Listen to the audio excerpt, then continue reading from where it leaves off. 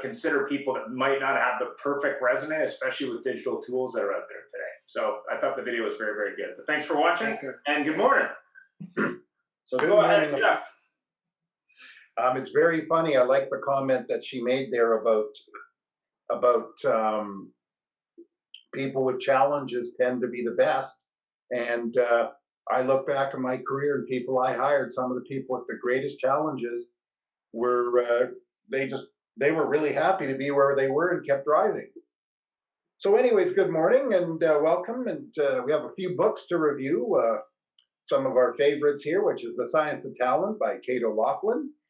Surrounded by Idiots, which reminds me of a song on The Simpsons Sing the Blues, by Thomas Erickson. And the best book you could imagine this week is A Woman's Guide to Buying a Car by Kathy Droz. So it's just something there. And now we go to another video, our favorite video.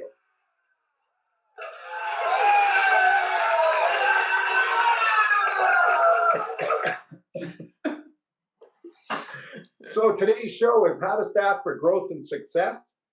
And we have some great people here, but of course, as always, we just cover the little details, which is the opinions here are, of course, our guests and don't necessarily reflect our official policy or position. Even if we might say we like it, it's not official and keeps us off the hook. So everything on here is the sole responsibility of the guests. So our guests today are Sandy Zanino, I always get it wrong, I'm sorry, Sandy, founder and CEO of Innovative Auto HR LLC, of course, and the 2019 HR Consultant of the Year in Tampa, Florida, which is the one place here of everybody joining us other than Kathy that's got nice weather. We have Stephen Sweeney, we jumped to the third position, joining us from the rainy place, the home of Robin Hood in Nottingham, England. Thank you for joining us. He's the CEO of SARR Automotive Retail Recruitment in Cleveland and just wrecked the UK and the USA. Sorry, I jumped beyond myself. Sandy, could you just say hello?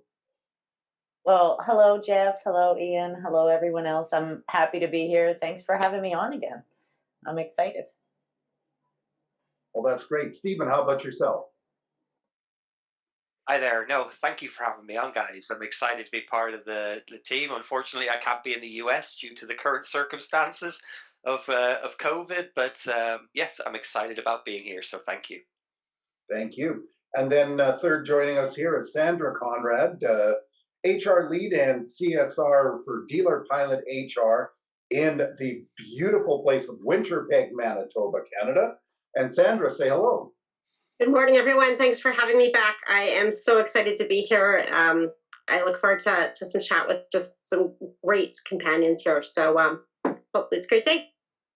Thank you. And along with Stephen, our last person, certainly far from least, joining us for their first time with us is Kathy Droz, the founder of her HER certified studio, author of A Woman's Guide to Buying a Car, which everybody saw, and A Car with Confidence and Street Smarts from Phoenix, Arizona. Hi, Kathy. Hello. Nice to meet everyone. This is, I'm honored that you invited me. Thank you. Pleasure. The honor's all ours. Sorry, Ian. No worries. So let's go ahead with a question for all the guests. Do you want to start or do you want me to start? I can start by all means. It's hard for me to talk, so. No worries. That's easy. So for everybody here, what's changed over the last year or 5 years in dealership staffing practices? And what are the best practices needed to succeed moving forward? And we'll start with, how about Sandy? Okay. All right. Well, it really is a great question, and I had to laugh when it makes me laugh because the first thing that comes to my mind is that the biggest problem is that nothing has changed in about how we staff in automotive. I see Sandra laughing and shaking her head up and down. So, you know, and the biggest problem I see with that right now is that our workforce demographic is changing dramatically. and that's worldwide, you know. And what I mean by that is about generations, that in just a very, very short time, millennial and Gen Z will make up 70% of our workforce. And that's like in 3 years, I think it is now. These generations want very different things. So we're going to have to change. I mean, boomers are retiring, Gen X is moving down, millennial is the biggest cohort right now, but Gen Z is a huge generation. They're very large and very diverse. They're the first generation, at least in the US, that is not, they're more than 50% diverse. So they have a lot of different needs. So as far as best practices, it's about training managers for me to dig deep and also get down to the skills and characteristics necessary for each position. Thank you. We'll jump to Sandra, and for your answer to the what's changed over the last 5 years and best practices, please. So it's funny that Sandy said, not really anything at all, because my answer was actually not enough. There's been change, but it's been very, very slow compared to the outward changes. So we're getting a little bit more tech-based slowly. We're developing a bit more awareness of our audience, but not at the pace that the audience is changing. So, this conversation about Gen Z has been going on for ages now. I've been presenting on this in automotive space for over 2 years. And for so many people, the message is still new or challenging. I think one of the things that we really need to focus on to succeed in the next 5 years is just to really change that traditional thinking. We need to increase the non-traditional thinking and know our audience. And we're not very good at that yet. In the dealership space, it's still a struggle, I think, that, the realization that the old ad you used to use on a job board isn't going to speak to the new audience that's out there. There's Gen Z, there's way more women in the space, and they're just not responding to that traditional job board posting. And I think that's something that the dealerships struggle with a little bit in terms of how they communicate with that new audience. Terrific. And to go to a totally unique point of view on this one, Stephen, how about your point on this? Well, Sandra's comment there on how the dealerships advertise to find talent is quite a poignant one. We sort of went away from that concept of long written documents, because what we're finding now is that the Gen Z are more visual. They're not, it's very much a quick visual context that they're looking for. So what we try to do, and what we believe will come more and more over the next 5 years, is video. People spend a lot of time on their cell phones. People spend a lot of time looking at different sites, whichever social medias they are.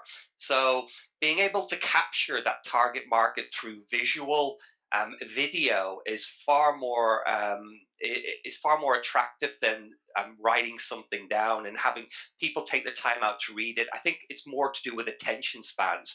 People will watch a 30-second video, but will they take 30 seconds to read a document? Probably not. And that's where I see the candidate attraction model going in the future. Perfect. And again, last but not least, Kathy, I promise we won't wait till the end too much longer. How about your comments? Well, since I'm not in HR, but I do so much research about what women want in a car buying situation, it has always been they'd like to see more women selling vehicles. And what I have found is so do the dealers. So they might say to me, well, Kathy, we would love to have more women here in the dealership, both in sales and service, but we can't seem to attract the right people, which I say is not true if you're interviewing them. And that is when they don't bring in an HR company like Sandy or Sandra, they are maybe interviewing on their own, and they are looking for things that maybe a background in sales where they've sold jewelry, they've sold something before, it doesn't matter. And they become that female or the warm body that they need to look like have more women there. Instead of what really matters, which is what I'm about, is the customer service. And so I believe that they should stay out of doing the interviewing and hire professionals who know about culture and about what is needed in that dealership. And that's just that's not reading documents, that's doing the work and interviewing people and finding out what they need. So, Good point. Thank you. Ian. Yeah. What's the single biggest hurdle dealers face in adopting and implementing proper staffing practices? And let's start with Kathy.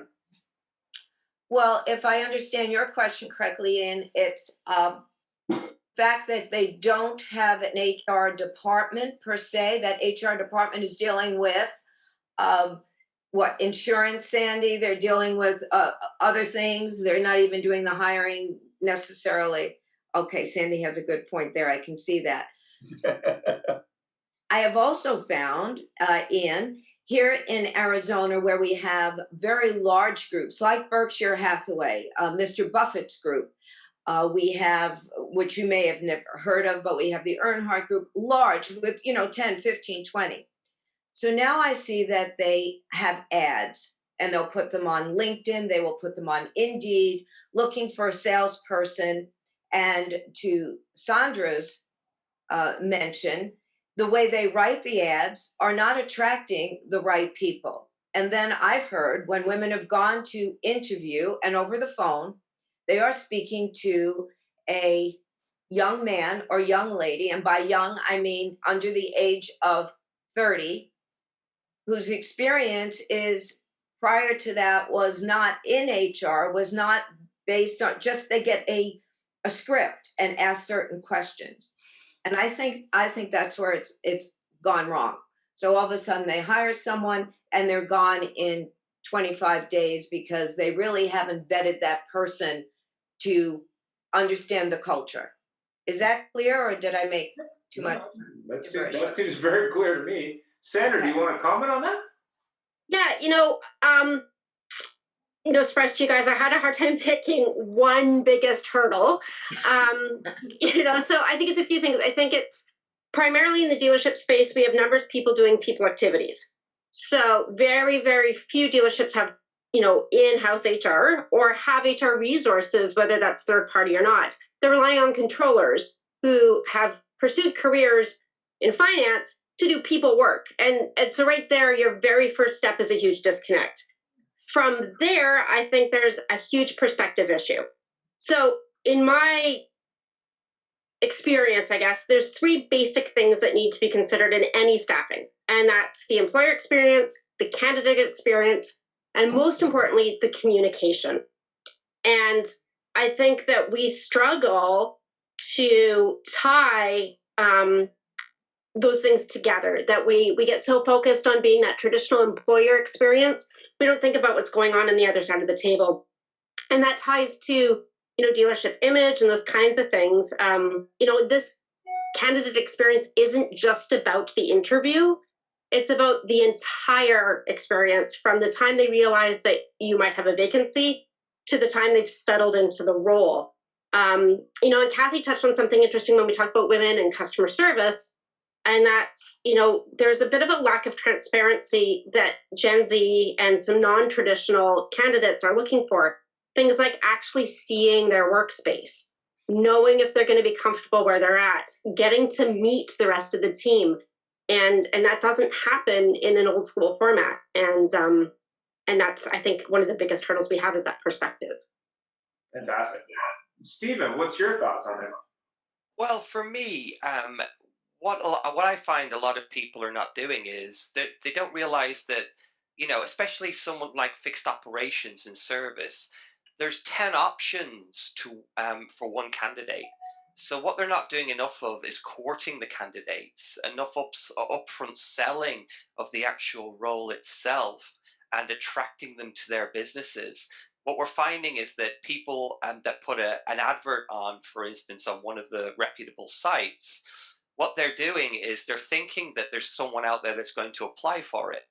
But where the dealerships that we work with and that we see that are successful in attracting candidates is they know from the minute that job goes up that they have something to actually sell and court that candidate, so that they want to come and join their company. They differentiate themselves, and that's a big factor. Differentiation. If you continue to go down the route of just believing they're going to come and knock your door, there's not enough available talent in the market to do that, especially for something like qualified automotive technicians. They're not there. So they want to be, I think they want to be loved from the first conversation. They want to be treated like that, that they're special, and that this is the right company for them to come and work for. And I believe that is what we're seeing in the company successful in hiring. They're really giving a great value proposition right from the minute that job gets acquired internally. Great points. And last but not least, Sandy. Well, I loved everyone's answers. Stephen, of course, well, Stephen and I are partners, and I talk a lot about employee value proposition. I've been, much like Sandra, I've been talking about employee value proposition for the last 2 years. Like, what are you, you're not just a hiring manager, you are a marketing manager. And so you should be aware of that proposition when you're talking to your candidates. You need to hook them in because, as Stephen said, they have other options. So to answer the question, what I think is the biggest hurdle is I believe that is resistance to change. Our industry has a hard time with change. People generally have a hard time with change. We'll stay in the terrible what we know instead of going into the scary unknown. And I think I really, over the last few years, have really come to believe that in order for our industry to thrive, we need to begin to change instead of taking candidates and trying to assimilate them into what has historically been our culture. I did a little research. Turnover is just as high in Canada as it is in the US. And I believe that this is a symptom. This is a symptom of a culture that is the opposite of inclusive. Kathy talked about a dealer that said to her, "We just can't attract the right people." I think that that's not they might be able to attract, we can't keep we can't keep them. So, while there's efforts into trying to, we've been trying to hire women in this industry for years. So as we move into trying to hire for diversity, we have to, I feel like we need to take a step back and look at inclusion and really what that means. And that starts with leadership, and that starts with education about what it means to have your employees who, another thing that Kathy talked about was customer service. I believe in internal customer service. All my customers are internal. So if we flip the lens and look at it that way, those candidates are prospects, right? So how do we bring them into a place to work where they are fully accepted, can bring their whole selves to work, and be appreciated and celebrated for that instead of our call? I mean, we've all been in it for a while. You come in, be happy you have a job, come in on time, stay late, don't complain, don't do, that's what we do. And I think it needs to change. Thanks for that. And I must comment, we have a regular attendee usually of our show, and also she has been a guest from Centez Automotive. She does a really good job, I think, of really just celebrating the employees of the group. And I think that makes a huge difference. I think it really builds their brand, but more importantly, it probably attracts some candidates because they take the time to promote the fact that these people have been there for a year or 10 years or 20 years and really celebrate that. And recently did a promotion in the community in Kelowna to raise money for cancer, which was virtual, which was, again, a really great initiative to really add value. But that's just 10 cents for me. So go ahead, Jeff. Thank you. Very interesting comments everybody made there about how the fact that the industry is saying we're changing. And here's what we do. We have somebody who is not trained calling to interview people. They have no idea what to ask them because the sales managers weren't trained, or service managers weren't interested in interviewing people, had no idea what to ask them. And but we changed because somebody else does it. And of course, we talk about, Ian and I talked earlier before everybody joined us, about how you get these dealerships and these giant signs up there that say, we're about employees, we're about everybody else. Author, me. Moving right along. So, yes, if you're presented with the question of what would you describe as the optimum person for variable operations in 2021 and beyond, what would it be? And let's see who's been waiting the longest. Stephen. Well, for me, it's a great question, and I think it goes back to the training element. A lot of people, it also depends on which role, if it's a senior role or if it's a starting role. But I think the key thing for us is people that don't believe they know it all already. There's so much room out there for growth and training, no matter what level you are within a dealership. And there's so many different diverse ways of actually attracting and training, whether it's from a recruitment or whether it's from a sales point of view. Take on board technology. People are not going to come across the dealership and walk into the dealership anymore. Dealership traffic will slow down. The modern generation are reviewing their cars and testing their cars on YouTube. They're buying online, and it's being able to train and develop in technology, but also in customer service and diversifying the way that you actually go out there and sell vehicles. Finding talent who understand that, and if they don't, are willing to learn that aspect, I think is critical going forward. We have a question, Jeff, from the audience. Hi. Yeah, from Jay Barron. There are excellent candidates looking for work at the moment, many of which are from outside the industry. It's a shame that many dealerships do not have full-time human resource departments with hiring and onboarding programs. Training new staff is never easy due to a lack of personnel. What's your advice to a dealership that doesn't have the staff and doesn't have the training acumen or even skill set? Like, what's your We thought? see it, Ian. We actually work with a few dealerships. We're actually their internal team. Oh, okay. Yeah, so the reason for that, and we do it for a period of time. We then bring in people to take over, and it's handed over to the dealership. Because the people that we bring in will actually be trained in multifunction. They'll be trained in understanding HR, and people like Sandy can offer excellent on that. But also people who can go out there and attract that passive candidate market. There are a lot of great candidates out there at the moment in the marketplace, and it's being able to put in internal process to actually get through them, put the best people forward. The second thing is a lot of the dealerships, that we work with are not looking for people within the industry. They're looking for people to attract people from outside of the industry who have one key critical skill: fantastic customer service. That's the key thing. Whether you work in a high-end jewelry store, whether you work in a high-end hotel, you have customer service. And that's the key thing about buying a car nowadays. It's meeting someone who understands that you're the most important person, not them, and can get you the best deal and to get you out of the dealership as quick as possible. I think the days of having having a candidate, someone buying a car in your dealership for 5 hours have gone, and saying, "Oh, I best go ask my manager if I can do that deal," even though they can do that deal themselves. This get great customer service, get people in quickly, give them the best option available to them, and let's treat them like they're a king or a queen. That's the key thing. Mm-hmm. And I have to say, where we in our industry lose people when we bring them in from the hospitality industry is when they come in and their hands are tied because they have to ask if somebody can get one oil change or something like that. Whereas in the other industry, folks, I'm terribly sorry, but we'll give you your $1,500 a night room free tonight because we screwed up. Yeah. Moving right along. Thank you so much, Stephen. Kathy, seeing as how you popped onto the screen, how about your position on this, other than the optimum person, which you're probably right is a lady?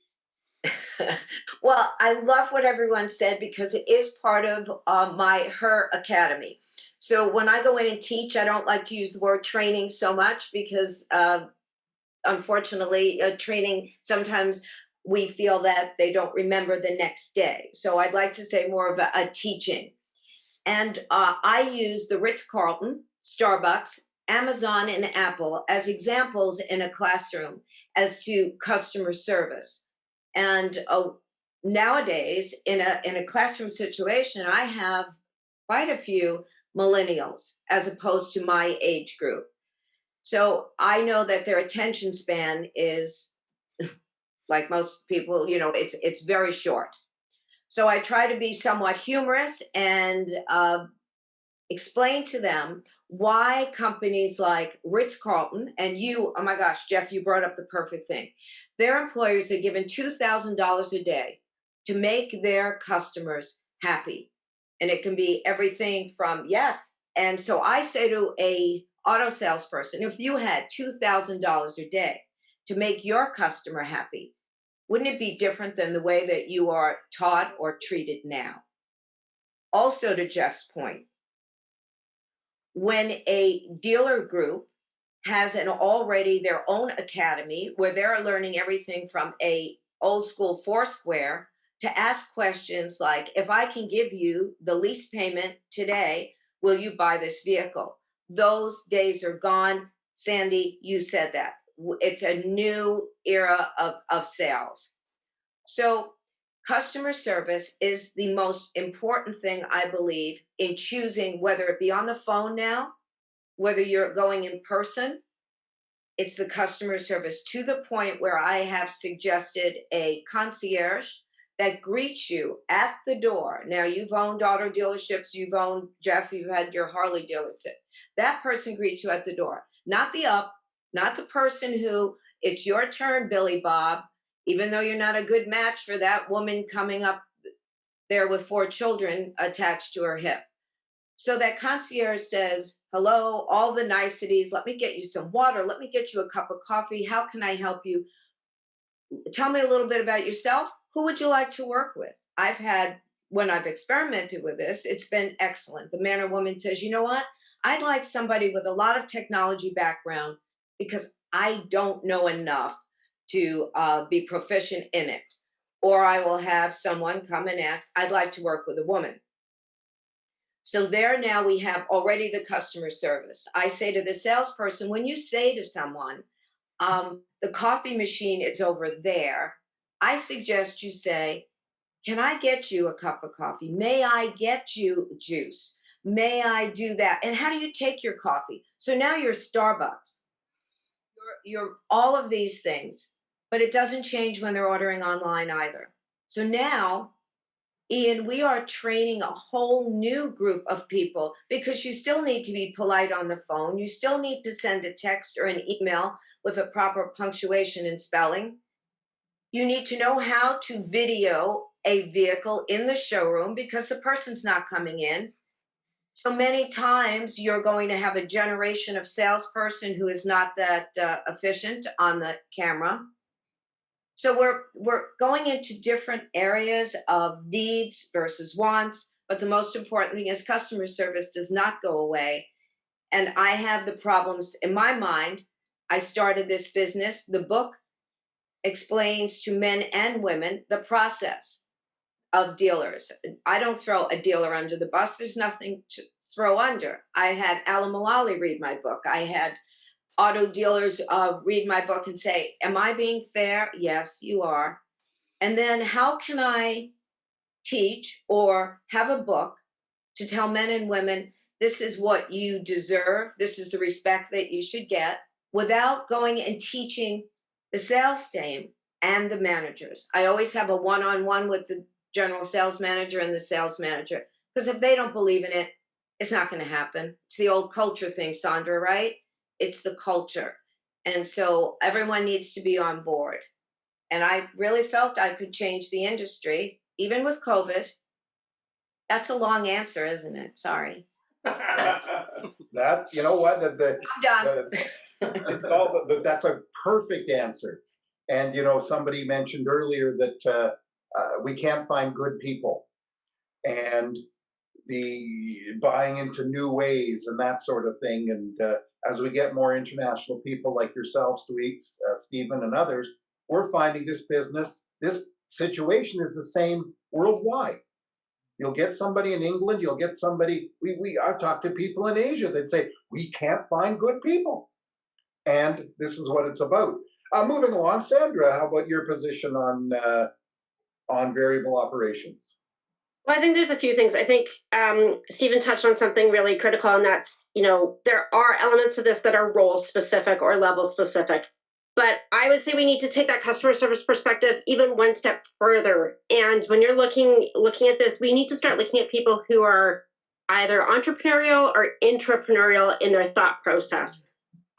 Going forward, we need people who are going to be a little faster on their feet and who look at their role, whatever level that's at, and say, I need this dealership to succeed so that I can meet my goals.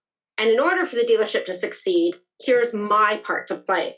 So I really think they need to see a bigger picture, and we need to start looking at people more for behavior and attitude than for training or teaching. And Kathy and Stephen have both touched on this. The training and the teaching will come. We can provide them that. But if they don't have that really strategic, intrapreneurial thought process to begin with, it's not going to work. And I think as you get higher up the organization, that strategic thought process becomes critical. In the next 5 years, we're going to be changing a lot, and we're going to be changing rapidly. And although variable ops is often a very analytical area of the dealership, if you get someone who's trapped in analysis paralysis, they're not going to be able to make those decisions fast enough. They're not going to be able to be willing, without that entrepreneurial spirit, to take a risk and make a judgment call. Because I can tell you what we're going to need in 2021 is not the same as what we're going to need in 2023. And that agility and that strategy kind of process is going to be critical, I would say, all the way through the organization. People need to be willing to adapt, and how they adapt comes through the teaching and the training. But if they don't have that thought process that's very entrepreneurial in spirit, and that willingness to treat their role like their company, you can teach and train until you're blue in the face. They're not going to tackle that in the right way. And that comes back, as Kathy mentioned, to culture. Knowing who you are as a dealership, knowing how you want to operate, and what the difference is between who you are and who you want to be becomes really critical. You guys have heard me beat the horse to death about, hiring for your success team.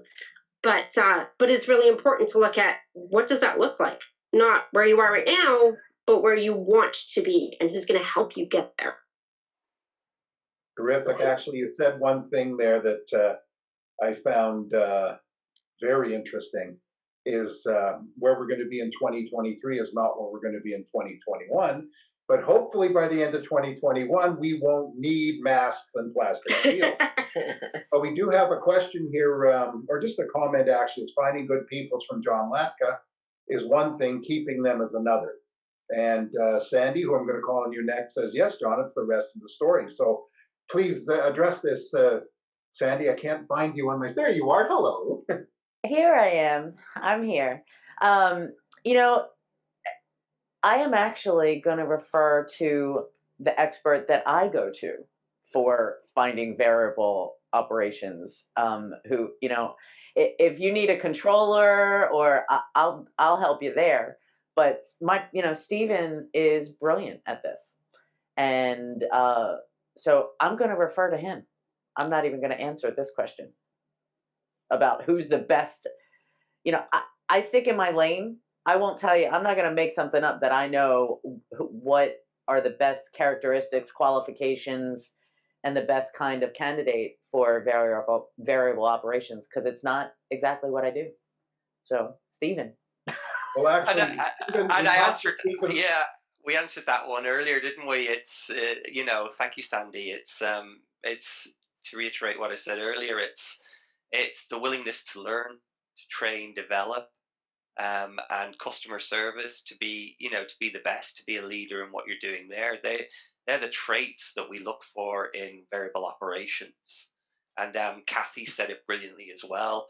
And we're seeing this a lot more. A concierge, someone who makes somebody feel welcome. A lot more dealerships that I see are going down that route, having someone that welcomes you. It's not about getting a tick on the board or cutting a tie, or, it's about just welcoming you to the actual business and to the family and bringing you in and making you feel special. Terrific. But Jeff, I think the question was keeping them though, like keeping that staff. So let's just Oh, that's one for Sandy. That's one for Sandy. Go ahead, Sandy. That comes straight back to culture. And that's, how do you keep them is you build a place where they want to stay. It isn't that difficult. But like I said earlier with the other question, our change is hard, so we have to wrap our minds around that. It's not about assimilation. A lot of times there's this thought of, instead of looking at the lake, we look at the fish, right? We're always saying, like, we can't get the right candidates. It's the candidates that aren't staying. And and to make it an analogy, right? If you're walking by a lake and there's a dead fish, you might say, what's wrong with that fish? But if you walk by the lake and the whole lake is full of dead belly up fish, is there really something wrong with the fish, or is there something wrong with the lake? Yeah. So it's the lake. I think it's the lake, and that's what we need to work. That's what I believe we really need to work toward changing, a little bit at a time. If I can jump in and expand on Sandy's thought, I think she hit the nail on the head there. And one of the things that I tend to try to really reiterate is, for lack of a better phrase, keep your word. Be who you said you were going to be in the recruitment process, and they will stay because they know what they're staying for, and they came to you because that's what they wanted in the first place. If what you sold them during the recruitment and onboarding experience, so again, back to that candidate experience, isn't what they end up with as an employee, then your communication was flawed, your candidate experience was flawed, which means your recruitment was flawed, and that's why you have a retention problem. So like Sandy said, take a look at the lake, not the fish. And it doesn't matter what your culture is, for lack of a better phrase, if you're matching your people to that culture, your culture can be whatever you want it to be, but you've got to be honest and upfront about it, and you have to follow through and keep your word on what you said you would be, and they'll stay. And that's how you get the right people, because they know what they're getting and they're part of what you are, and they want to be a part of what you are, whether that's progressive or traditional or open-minded or, the Starbucks version is to a certain extent irrelevant if you're being honest about it. Now, if you're more traditional and you're not, looking at the candidate pool for what it is, you might have some more recruitment challenges, but your retention will come from looking at the lake, as she said, but being true to what you said it was, and carrying that through. It's amazing what the point you've made here, and that, or that all of you had, is I can't find good people. I'm not providing the people the experience that I tell them I'm going to, so therefore the problem is the lake.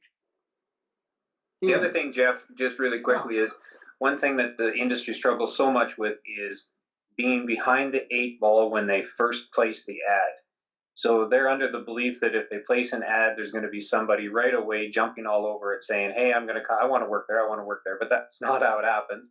So now they got their team absolutely exhausted by the time they're halfway through a hiring process. They make a fast decision just to fill a hole, hoping that they're going to fill in and fit in, and it doesn't work. And now you're in a 6-month, 1-year cycle of 5 people cycling through that position, and it all happened because there wasn't any preparedness up front. It's a simple one to fix up front. Exactly. Barry, it's an interesting point because it kind of comes back to, pardon the expression, but what's worse, the wrong butt in the seat or no butt in the seat? And sometimes not having a butt in the seat is actually the better answer if it means that you take your time to put the right person there. The cost of going through 5 wrong butts in the seat is so high, both in hidden cost and true dollar cost, that getting people to slow down and do it right, it becomes critical. And that comes from being strategic too, right? That if you can project out better what you're going to need and when you're going to need it, then you're not scrambling and you're not, making those snap decisions, taking the best of the worst. Because the best of the worst is still part of the worst. And that's a message we need to make much stronger, I think, in the industry, that having the wrong butt is worse than no butt when you're filling that seat. So that's awesome. Sandra, I love that. And Barry, I loved what you said as well. And it made me think of something that I just want to throw in quickly, is that for dealers who do have some technology and have an applicant tracking system, my recommendation is make it easy for the first touch, right? Like, just don't make them do a username and a password and fill out an application that's going to take them 30 minutes to do, because you will lose the best candidates. You will lose them. So I just wanted to throw that in there as an extra tip of do's and don'ts. And also, if I can just quickly add to that as well, Barry, I agree with Sandy. We do a lot of the biggest market for attracting people. You're right, is not advertising. It's actually quicker to attract the passive market, to reach out directly to people and entice them into your role. And what you find is someone that you attract from a passive market, i.e. someone who's currently working that you've attracted to your business, will stay longer than someone who's replied to an advertisement. Because the person who's replied to an advertisement is usually someone who's au fait with doing that and used to doing that. And the minute they get unhappy, they will jump ship. Whereas if you attracted someone in from a previous role, they'll stay longer because they're committed. They know they've made a choice and they want to make it really work. Well, I think one of the things that gets overlooked is the fact that the best people are currently working, not looking for work. Yeah. And so you have to wake them up, you have to engage them, and you have to be patient. Because if you're looking to hire somebody in 2 weeks, you're probably getting somebody that wasn't good at their last job, won't be good at their next job. Yeah. They just don't have those powers and things that you possess, right? I totally agree. And 80% of the workforce is that workforce. So your internal talent acquisition teams have to be trained in that way of actually going to market and giving them something to attract them. So one of the simple things to do, create a sales brochure on your business, show them the figures up front. And one of the critical things for, say, hiring technicians within fixed operations, understand that I know dealerships that lose $1,500 per day gross profit about not having a stall, about having nobody in that stall. They would rather bring someone in for a quick fix than they would to get the right person who will last 5 years, because the service manager might be bonused on that per day, might make their money from that per day. So they want to get it filled with anybody rather than the right person. But they don't realize that, it takes 2 months to get a technician. By the time you found them and by the time they've given a proper one's given their notice, and in most cases relocated because you can't get anyone local. Yeah. So they bring in a quick fix. But sometimes it's worth waiting 4 weeks because that person might stay 5 years and that's a problem gone. Problem solved. And Stephen touched on something really critical there, particularly in the Canadian market. We have a lot of dealerships that are small or rural dealerships, and you saturate that community really quickly with either current employees, past employees, or unsuccessful candidates. So at some point in time, you need to look beyond your traditional market. And it's not about the job. I mean, at the end of the day, if someone is in this industry, they know what a sales role is. They know what it means to be a service technician. You don't need to lay out those qualifications for them. What's your differentiator? Are you in a great community that has, a small community feel, outdoor sports year round? Do you have a racetrack around the corner that they can, if that's their thing?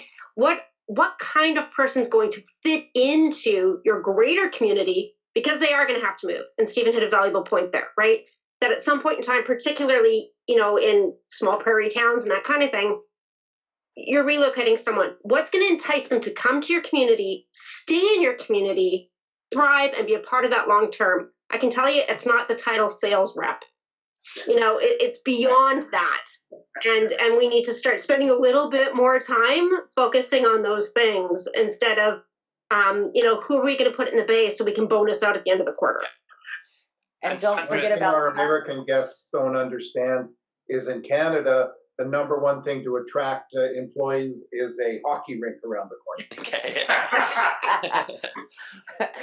Sandra, and that's why the first thing that we do when we work with a client is develop this attraction material. And it's not the second page isn't a job specification. If 80% of the technicians that we place are relocation, because the clients are that circle of hiring, a circle of life.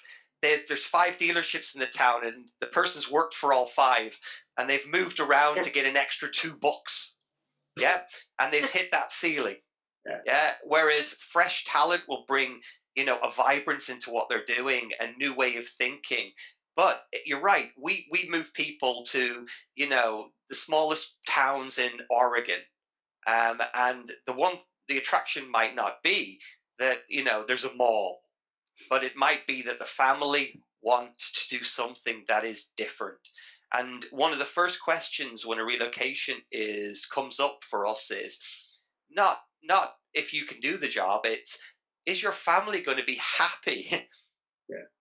Yeah, and you get this big alpha person coming in saying they'll go wherever I go, and then 4 weeks down the process they've fallen off.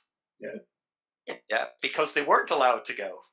And it's funny because I do work with clients and say the same thing. When I read this, if you're doing a job summary or whatever you'd like to call it, if I read this, what's the difference between the GM store on Main Street and the Ford store on First Street? Tell me what it is that you're making valuable to me, particularly in some of the smaller communities. And I mean, the larger communities have almost the opposite challenge, right? That you have this candidate pool that may be a little bit larger, but at the same time, you have way more competition.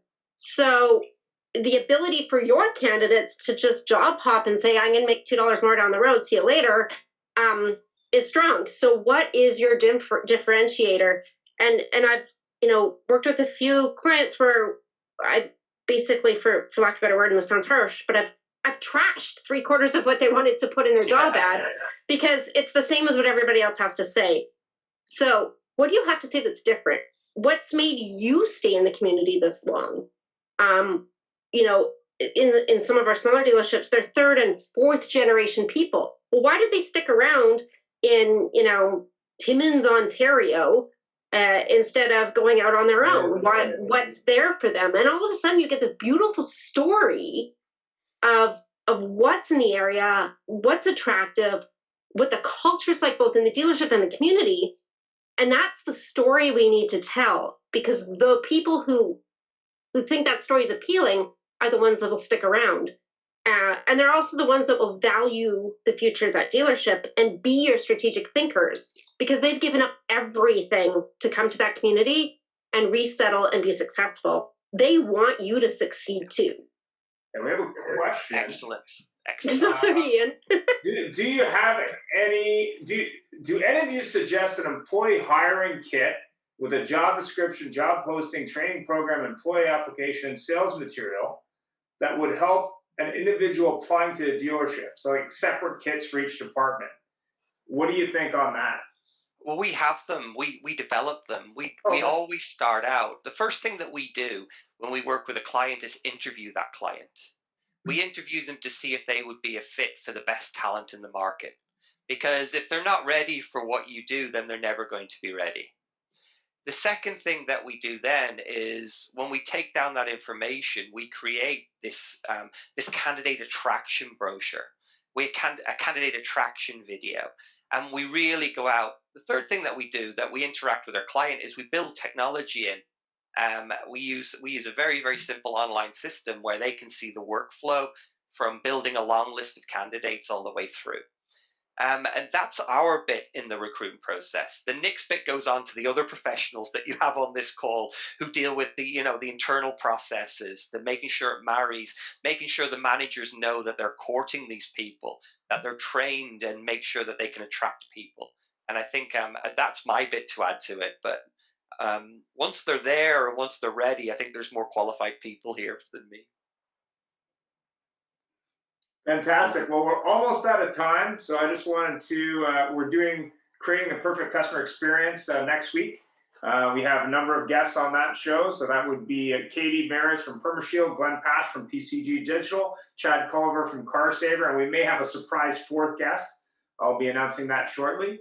And then on Friday, we have Vendor Speak with Vic Kovacs and team from Dealer Intelligence and Why Make Appointments. And then as we go into December, we've got a number of shows in December about events, customers, and being grateful. And then stay tuned for more details on the January shows soon. If you want to be on Vendor Speak, you can reach out to Jeff or myself. And of course, we're always interested in sponsorship as well. Thanks very much to everyone for being on the show. And any final comments? Go ahead, Jeff. Well, thank you all very much. This is a terrific show. I have to say I enjoyed it immensely. You were all extremely engaging and a lot of fun to have aboard. So thank you all for joining us. It's great, and it's very nice to have an international show. Even though Stephen, you're half American anyway. So 99% of the business we do as a business is North America. So you know, I even use niche. I don't use niche anymore. It's niche now. So you know. Hey, we deal with it all the time. Is the different Canadian and American pronunciations. So it's quite something. So again, thank you all, and we wish you a very good and healthy time moving forward. It's scary times these days, so I wouldn't want to be in the States because you guys are scarier than anybody. So Yeah, anybody who listens later, we are.